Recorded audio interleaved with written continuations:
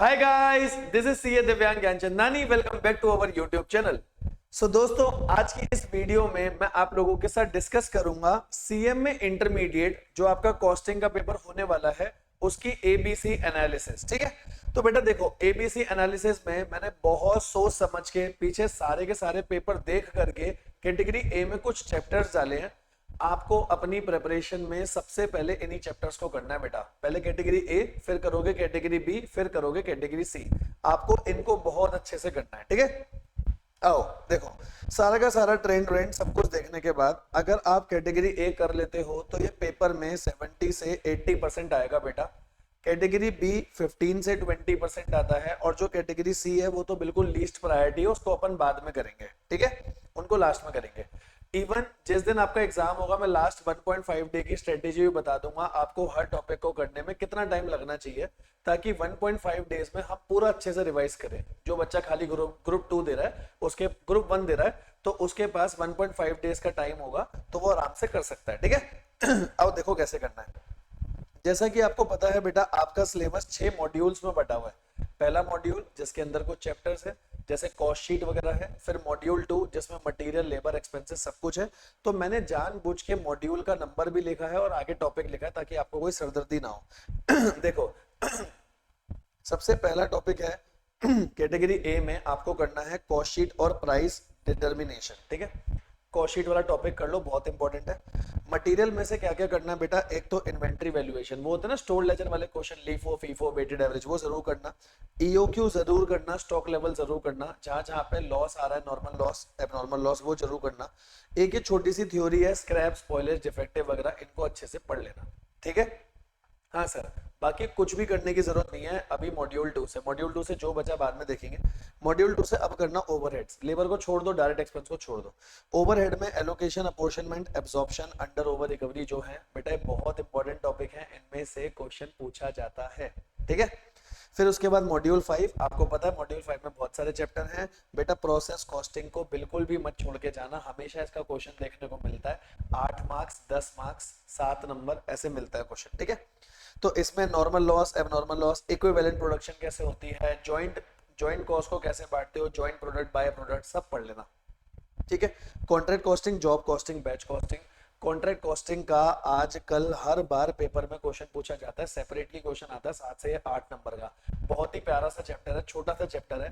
पहले तो CA intermediate में भी हुआ करता था, अब वहां से हटा दिया, तो अब तो आप लोगों के लिए और ज्यादा इंपॉर्टेंट हो चुका है भाई। इसको तो बहुत अच्छे से करके जाओ, वो पक्का पूछेगा। नॉर्मल कॉन्ट्रैक्ट का अकाउंट बनाना होता है, कुछ नहीं होता। जॉब और बैच बहुत प्यारे चैप्टर हैं, बहुत जल्दी खत्म हो जाते हैं। इसके ऊपर तो मैंने रिवीजन वीडियोस भी डाली हुई है, मैं बाकी सारे चैप्टर के ऊपर भी लेकर के आ रहा हूँ, तो आप उनको देख करके भी कर सकते हो, ठीक है। और फिर मॉड्यूल 6 जरूर करना बेटा।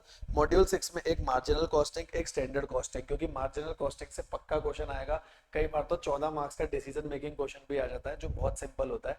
बस आपको ध्यान रखना है, हर बार डिसीजन मेकिंग में वेरिएबल कॉस्ट बहुत इंपॉर्टेंट चीज है, ठीक है। तो बेटा ये आपको चैप्टर करने हैं। सबसे पहले पहला चैप्टर है कॉस्ट शीट, दूसरा है मटेरियल कॉस्ट, फिर है ओवरहेड। ओवरहेड के साथ जॉब, बैच, प्रोसेस, ये सब, कॉन्ट्रैक्ट कॉस्टिंग और मार्जिनल, और उसके साथ स्टैंडर्ड। आप इतना करके चले जाओ, मैं आपको बोल रहा हूँ, आपको देखो इसी प्रायोरिटी के अकॉर्डिंग करना है। नीचे मैंने प्रायोरिटी भी बता दी, आप इस प्रायोरिटी के अकॉर्डिंग करना। सबसे पहले करना प्रोसेस कॉस्टिंग, फिर करना मार्जिनल, क्योंकि इनकी बहुत इंपॉर्टेंस है। स्टैंडर्ड कॉस्टिंग, मटेरियल कॉस्ट, फिर इस तरीके से आप चलना। ये आपको पीडीएफ मिल जाएगी, ये पीडीएफ इसी वीडियो के डिस्क्रिप्शन बॉक्स में आपको मिल जाएगी। और अगर आपको नहीं भी मिल पाती तो बेटा ये मेरा नंबर है 9971752041, आप व्हाट्सएप कर देना। चाहे आपने क्लासेस ले रखी हैं चाहे नहीं ले रखी, कोई भी डाउट है, कोई भी प्रॉब्लम है, जरूर जरूर पूछ सकते हो आप, ठीक है। चलो, ये तो हो गया आपका कैटेगरी ए, आपको ये करना है। अब आता है कैटेगरी बी, जो पेपर में क्वेश्चंस तो आते हैं बट ऑफ कोर्स ए से कम इंपॉर्टेंस है इनकी, बट हाँ पेपर में पूछे जाते हैं। इसमें करना आप लेबर कॉस्ट। लेबर कॉस्ट में लेबर टर्नओवर क्या होता है, लेबर की कॉस्ट शीट कैसे बनती है पूरी, ओवर टाइम का कैसे ट्रीटमेंट होता है, लेबर टर्नओवर जरूर करना, क्वेश्चन पूछा जाता है और बहुत आसान सा कॉन्सेप्ट है। अगला टॉपिक आएगा डायरेक्ट एक्सपेंस, बहुत प्यारा सा, 2-3 इलस्ट्रेशन है बस, ज्यादा कुछ है ही नहीं इसमें। रिकंसिलेशन, भाई साहब रिकंसिलेशन पक्का क्वेश्चन आएगा। याद है हमने ऐसा करके करा था, कॉस्ट के अगर प्रॉफिट को बेस लोगे, कॉस्ट के प्रॉफिट या लॉस को, तो ये ऊपर नीचे होगा। अकाउंट्स का प्रॉफिट लॉस बेस लोगे तो ये ऊपर नीचे होगा, इस तरीके से, ठीक है। एक सर्विस कॉस्टिंग, बेटा ये 2 चैप्टर तो बहुत इंपॉर्टेंट है, देख लेना, इनमें से पक्का आपको क्वेश्चन देखने को मिलेगा।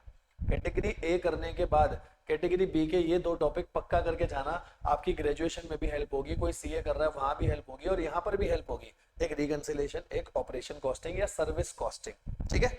और last budgetary control. Budgetary control में हम अलग अलग बजट बनाते हैं, आपको पता है, नॉर्मल सी इक्वेशंस होती हैं, इक्वेशन के बेसिस पर बजट बनते जाते हैं, ठीक है।